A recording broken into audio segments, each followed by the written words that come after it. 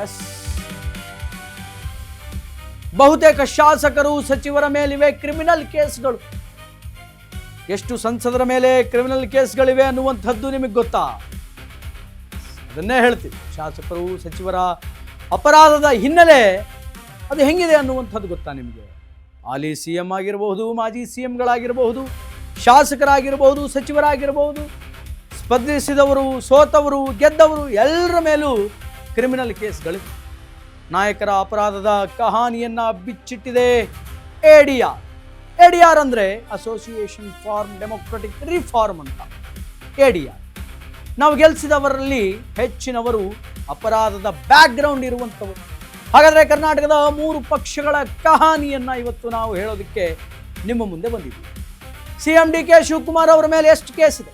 ಸಿದ್ದರಾಮಯ್ಯನವರ ಮೇಲೆ ಎಷ್ಟು ಕೇಸ್ ಇದೆ? ಹೋಮ್ ಮಿನಿಸ್ಟರ್ ಪ್ರಿಯಾಂಕ್ ಖರ್ಗೆ ಮೇಲೆ ಇರುವಂತಹ ಕ್ರಿಮಿನಲ್ ಪ್ರಕರಣ ಏನು? ಕಾಂಗ್ರೆಸ್ಸಿನಲ್ಲಿದ್ದಾರೆ ರಾಜ್ಯದ ಅತಿ ಹೆಚ್ಚು ಕೇಸ್ಗಳಿರುವಂತಹ ಶಾಸಕರು ಅನ್ನುವಂತಹ ವಿಚಾರ ರೈಟ್ ನೌ ಈಗ ಬೆಳಕಿಗೆ ಬರ್ತಾ ಇದೆ. ಬಹುತೇಕ ಶಾಸಕರು, ಸಚಿವರ ಮೇಲೆ ಕ್ರಿಮಿನಲ್ ಕೇಸ್ಗಳಿದೆ. ಎಷ್ಟು ಜನ ಸಂಸದರ ಮೇಲೆ ಕ್ರಿಮಿನಲ್ ಕೇಸ್ಗಳಿದೆ ಅನ್ನುವಂತಹ ಎಲ್ಲ ವರದಿಯನ್ನು ADR ಈಗ ಬಟಾಬೈಲು ಮಾಡಿದೆ. ADR ಈಗ ಅದನ್ನು ಬಟಾಬೈಲು ಮಾಡಿದೆ. ಇವತ್ತಿನ ಪ್ರಸ್ತುತ ಮುಖ್ಯಮಂತ್ರಿಗಳಾಗಿರುವಂತಹ DK ಶಿವಕುಮಾರ್ ಅವರು ತಿಹಾರ್ ಜೈಲಿಗೆ ಹೋಗ ಬಂದಿದ್ದು ಯೂನಿವರ್ಸಲ್ ಟ್ರೂತ್. ಅದನ್ನು ಹೊರತುಪಡಿಸಿ ಬೇರೆ ಎಷ್ಟು ಕೇಸ್ಗಳನ್ನು DK ಶಿವಕುಮಾರ್ ಅವರು ತಮ್ಮ ಮೈ ಮೇಲೆ ಹಾಕ್ಕೊಂಡಿದ್ದಾರೆ? ಮೂಡ ಹಗರಣದಲ್ಲಿ ಆರೋಪಿಯಾಗಿದ್ದಂತಹ ಮಾಜಿ ಮುಖ್ಯಮಂತ್ರಿ DK ಶಿವಕುಮಾರ್ ಅವರ ಎದೆ ಮೇಲೆ ಎಷ್ಟು ಕೇಸ್ಗಳಿದೆ? ರೈಟ್ ನಾವು ಹೋಮ್ ಮಿನಿಸ್ಟರ್ ಆಗಿರುವಂತಹ ಪ್ರಿಯಾಂಕ ಖರ್ಗೆ ಅವರ ಮೇಲೆ ಎಷ್ಟು ಕೇಸ್ ಇದೆ? ಹಂಗೆ ನೋಡ್ತಾ ಹೋದರೆ ಕ್ರಿಮಿನಲ್ ಕೇಸ್ಗಳಿರುವಂತಹ ನಾಯಕರು ಎಲ್ಲಿದ್ದಾರೆ ಅಂತಂದರೆ ಕಾಂಗ್ರೆಸ್ ಪಕ್ಷದಲ್ಲಿದ್ದಾರೆ ಅನ್ನುವಂತಹ ವರದಿ ಈಗ ADR ಇಂದ ಬಟಾಬೈಲಾಗಿದೆ.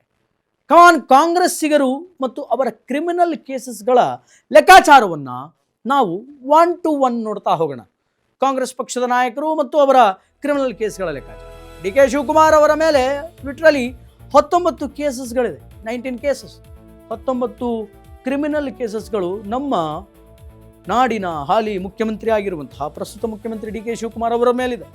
ಇನ್ನು ಸಿದ್ದರಾಮಯ್ಯನವರ ಮೇಲೆ ಹತ್ರ 13 ಕ್ರಿಮಿನಲ್ ಕೇಸಸ್ಗಳಿದೆ. ಸಿದ್ದರಾಮಯ್ಯನವರ ಮೇಲೆ ದೇವರಾಜ ಅರಸುರವರ ನಂತರ ಅತಿ ಹೆಚ್ಚು ದಿನಗಳ ಕಾಲ ಮುಖ್ಯಮಂತ್ರಿಯಾಗಿ ಕರ್ನಾಟಕವನ್ನು ಆಳಿದಂತಹ ಸಿದ್ದರಾಮಯ್ಯನವರ ಮೇಲೆ 13 ಕೇಸಸ್ಗಳು.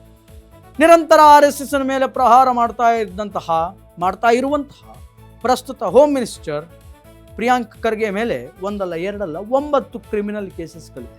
9 ಕ್ರಿಮಿನಲ್ ಕೇಸಸ್ಗಳು ಕಾಂಗ್ರೆಸ್ ಪಕ್ಷದ ನಾಯಕರು.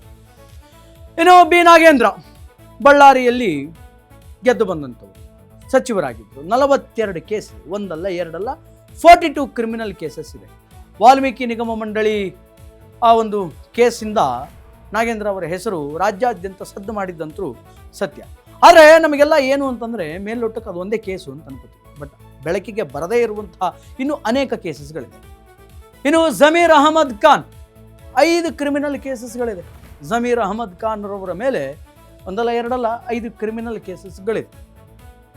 ಯಾವಾಗಲೂ ಕೂಡ ಬೇರೆ ಬೇರೆ ವಿಚಾರಗಳಲ್ಲಿ ಜಮೀರ್ ಅಹಮದ್ ಅವರು ಮಾತಾಡ್ತಾ ಇರ್ತಾರೆ. ಈದ್ಗಾ ವಿಚಾರ ಆಗಿರ್ಬೋದು, ಮತ್ತೊಂದು ವಿಚಾರ, ಮಗದೊಂದು ವಿಚಾರ. ಸೊ 5 ಕೇಸಸ್ಗಳಿದೆ. ನಾನು ಆಗಲೇ ಹೇಳ್ತಾ ಇದ್ದೆ, ನಾಗೇಂದ್ರ ಅವರು ವಾಲ್ಮೀಕಿ ನಿಗಮ ಮಂಡಳಿ ಪ್ರಕರಣದಲ್ಲಿ ಸಿಕ್ಕಾಕೊಂಡು ಹಗರಣದಿಂದ ಮಂತ್ರಿ ಸ್ಥಾನದಿಂದ ರಾಜೀನಾಮೆ ಕೊಟ್ಟು ಕೆಳಗಿಳಿದ ಮೇಲೆ ಅದು ಒಂದೇ ಕೇಸಲ್ಲಿ ಅವರು ಫಿಟ್ ಆಗಿದ್ದಾರೇನೋ ಅಂತ ಅಂದ್ಕೊಂಡಿದ್ದೆ. ಬಟ್ 42 ಕೇಸ್ ಇದೆ. ಮೂಡ ಹಗರಣದಲ್ಲಿ ಸಿದ್ದರಾಮಯ್ಯನವರ ಹೆಸರು ಕೇಳಿ ಬಂದದ್ದು ಸತ್ಯ. ಅದಾದಮೇಲೆ ಅವರು ಕ್ಲೀನ್ ಚಿಟ್ ಹಾಕೊಂಡ್ರು, ಇಲ್ಲ ಅಂತಲ್ಲ. ಆದರೆ ಅದು ಒಂದೇ ಪ್ರಕರಣದಲ್ಲಿ ಹೆಸರಿದೆ ಅನ್ನುವಂಥದ್ದು ನಮ್ಮ ಒಂದು ಕಲ್ಪನೆ, ತಪ್ಪು ಕಲ್ಪನೆ. 13 ಕೇಸ್ ಇದೆ. DK ಶಿವಕುಮಾರ್ ಅವರು ತಿಹಾರ್ ಜೈಲಿಗೆ ಹೋಗಿ ಬಂದರು, ಅದು ಒಂದೇ ಕೇಸ್ ಮೇಲೆ ತಿಹಾರ್ ಜೈಲಿಗೆ ಹೋಗಿ ಬಂದಿರಬಹುದು ಆ ಮನುಷ್ಯ ಅಂತ ಅನ್ಕೊಂಡ್ವಿ. 19 ಕೇಸಸ್ ಇದೆ. ಜಮೀರ್ ಅಹಮದ್ ಮೇಲೆ 5. ಇನ್ನು ಕಾಂಗ್ರೆಸ್ಗಿಂತ BJP ನಾವೇನು ಕಡಿಮೆನಾ? ಬನ್ನಿ ನಮ್ಮದು ಒಂದು ಸ್ವಲ್ಪ ಹಿಸ್ಟ್ರಿ ನೋಡ್ರಿ ಅಂತ ಹೇಳಿ BJPಯವ್ರ ಹಿಸ್ಟ್ರಿಯನ್ನು ತೆಗೆದಾಗ ಅಲ್ಲೂ ಕೂಡ ಕ್ರಿಮಿನಲ್ ಕೇಸ್ ಇರುವಂತಹ ಅನೇಕ ಜನ ನಾಯಕರು ಸಾಲಾಗಿ ಕಂಡು ಬರ್ತಾರೆ.